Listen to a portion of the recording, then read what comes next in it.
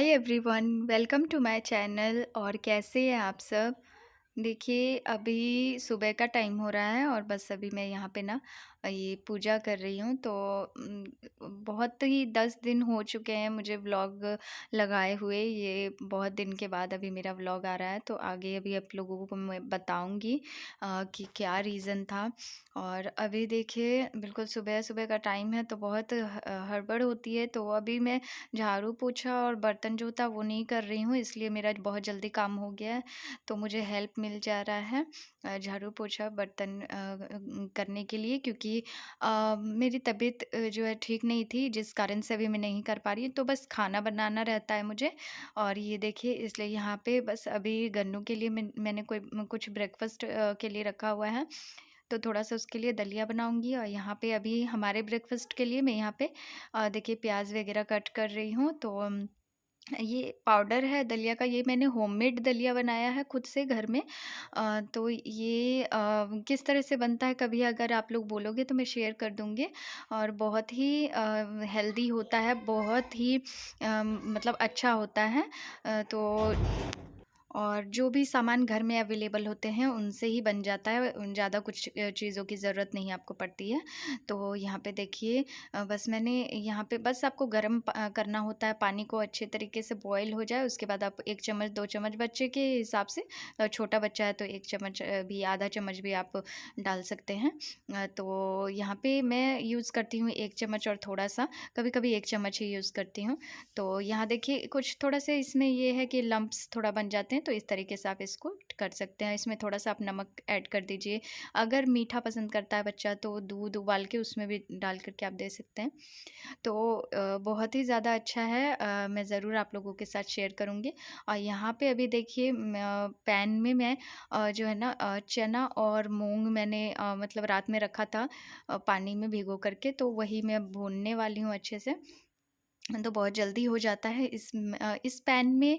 इसीलिए मैं कर रही हूँ क्योंकि जो कढ़ाई है ना बहुत ज़्यादा बड़ी हो जाती है, थोड़ा-सा कुछ फ्राई करना रहता है ना, तो पूरा का पूरा बड़ा-सा बर्तन गंदा हो जाता है। तो इसमें आराम से फटाफट से हो भी जाता है और ज़्यादा मेहनत भी नहीं लगती इसको धोने में। तो यहाँ पे देखिए चना और हरे छिलके वाला मूँग जो होता है ना, वो मैंने भिगो कर के रखा था। अच्छा होता है, हेल्दी भी होता है। तो यहाँ पे प्याज़, हरी मिर्च और मैं टमाटर डालना भूल गई थी।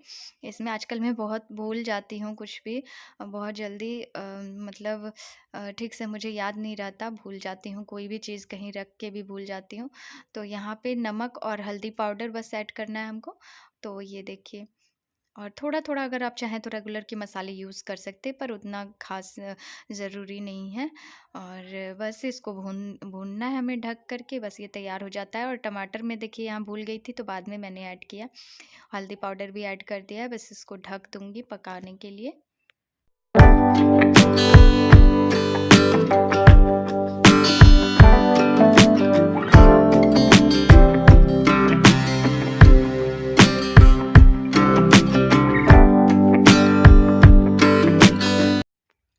और यहाँ पे बस ये देखिए ढक दिया है मैंने चना और मूंग को, तो वो फ्राई हो रहे हैं। तब तक मैं यहाँ पे गन्नू के ब्रेकफास्ट के लिए कुछ तैयार कर रही हूँ। तो ये थोड़ा सा मैं भी खा लेती हूँ। और ये बनाना है, इसको मैश कर देना है, बस इसमें थोड़ा सा मिल्क ऐड कर देंगे हम, तो ये मेरे लिए भी हो जाता है। और अगर उसको पसंद नहीं आता तो मैं भी खा लेती हूँ, अच्छा रहता है। तो यहाँ पे देखिए बस ये हमारा ब्रेकफास्ट तैयार हो गया है। और इसके साथ मैं 2-4 बस चपाती बनाऊँगी, रोटी। और वैसे तो चना और मूँग अपने आप में एक कंप्लीट ब्रेकफास्ट है, बहुत ही अच्छा होता है। पर 2-4 रोटियाँ भी इसके साथ में बना लूँगी।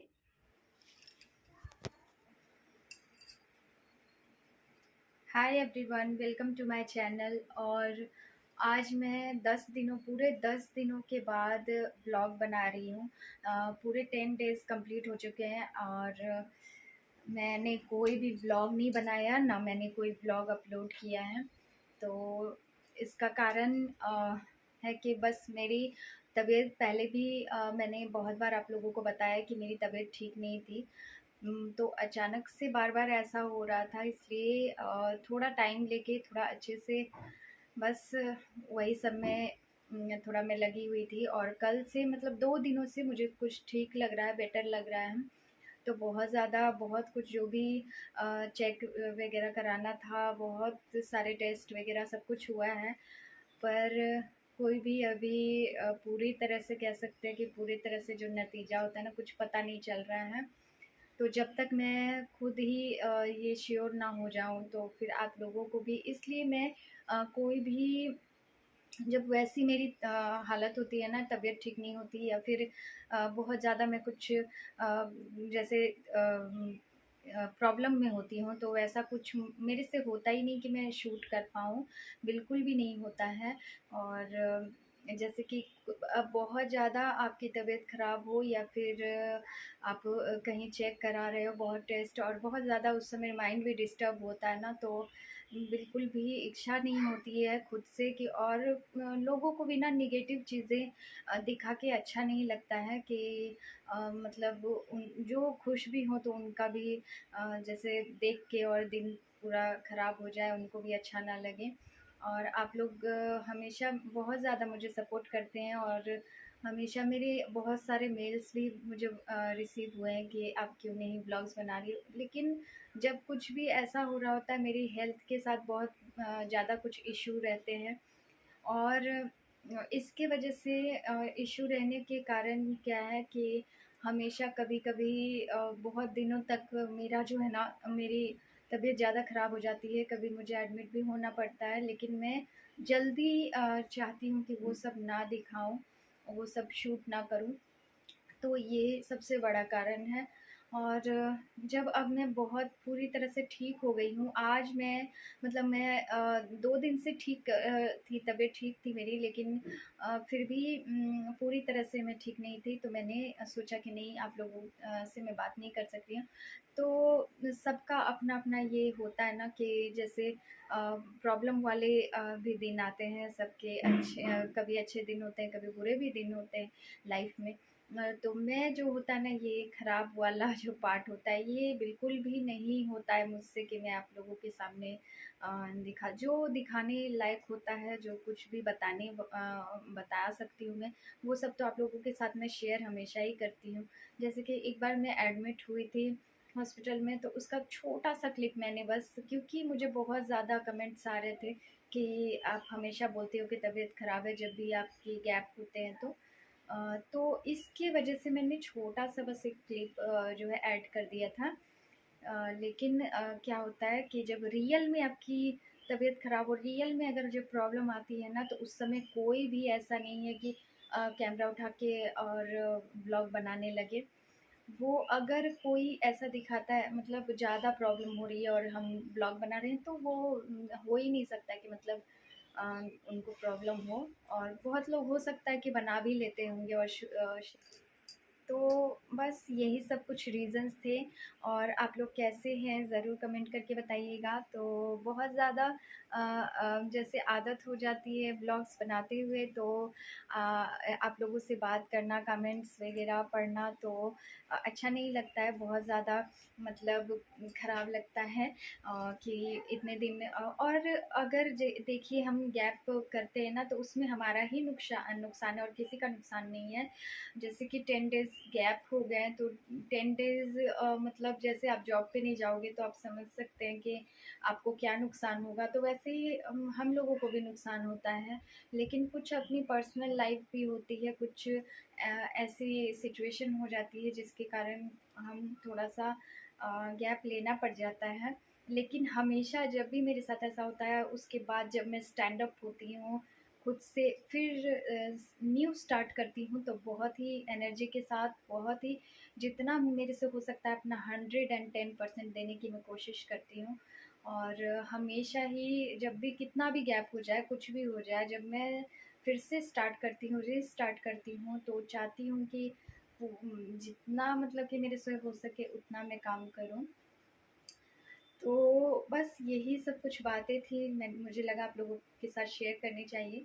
और इस बार बहुत ही ज़्यादा दिन हो गए, 10 डेज़ हो गए, लेकिन यकीन मानिए मुझे बिल्कुल भी ये हिम्मत नहीं थी, बिल्कुल भी हिम्मत नहीं हो रही थी कि मैं व्लॉग वगैरह बना सकूं। और व्लॉग में सिर्फ ये काम नहीं है कि हमने कैमरा उठाया और बस आपसे बात कर ली, उसमें एडिटिंग और भी बहुत काम होते हैं जो कि करना उस टाइम मेरे लिए पॉसिबल नहीं था।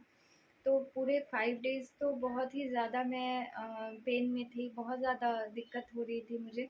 लेकिन उसके बाद से धीरे-धीरे नॉर्मल हो गई, धीरे-धीरे ठीक लगने लगा मुझे। तो अब 2 दिनों से बहुत ही अच्छा फ़ील मैं अब कर रही हूँ। लेकिन फिर भी पूरी तरह से मैं सोच रही थी कि मैं ठीक हो जाऊँ, घर को ठीक कर लूँ, क्योंकि अ, मतलब जैसे मैं चाहती हूँ कि मैं हँसते हुए आप लोगों को दिखूँ, और दुखी रहने से लोग भी, जिनको मतलब जो देख रहे हैं, वो भी थोड़ा-सा डिस्टर्ब हो जाते हैं। तो बस मैं नहीं चाहती कि मैं दुखी हूँ तो दूसरों को भी दुखी करूँ। तो बस हँसते हुए और स्माइल करते हुए रहिए सब लोग, और पता नहीं कब क्या होता है। तो जो भी है, जितना भी टाइम है अच्छे से स्पेंड करना चाहिए। और आप लोग को और देखिए, आज सुबह से मैंने बहुत ज़्यादा काम तो नहीं किया है, मतलब।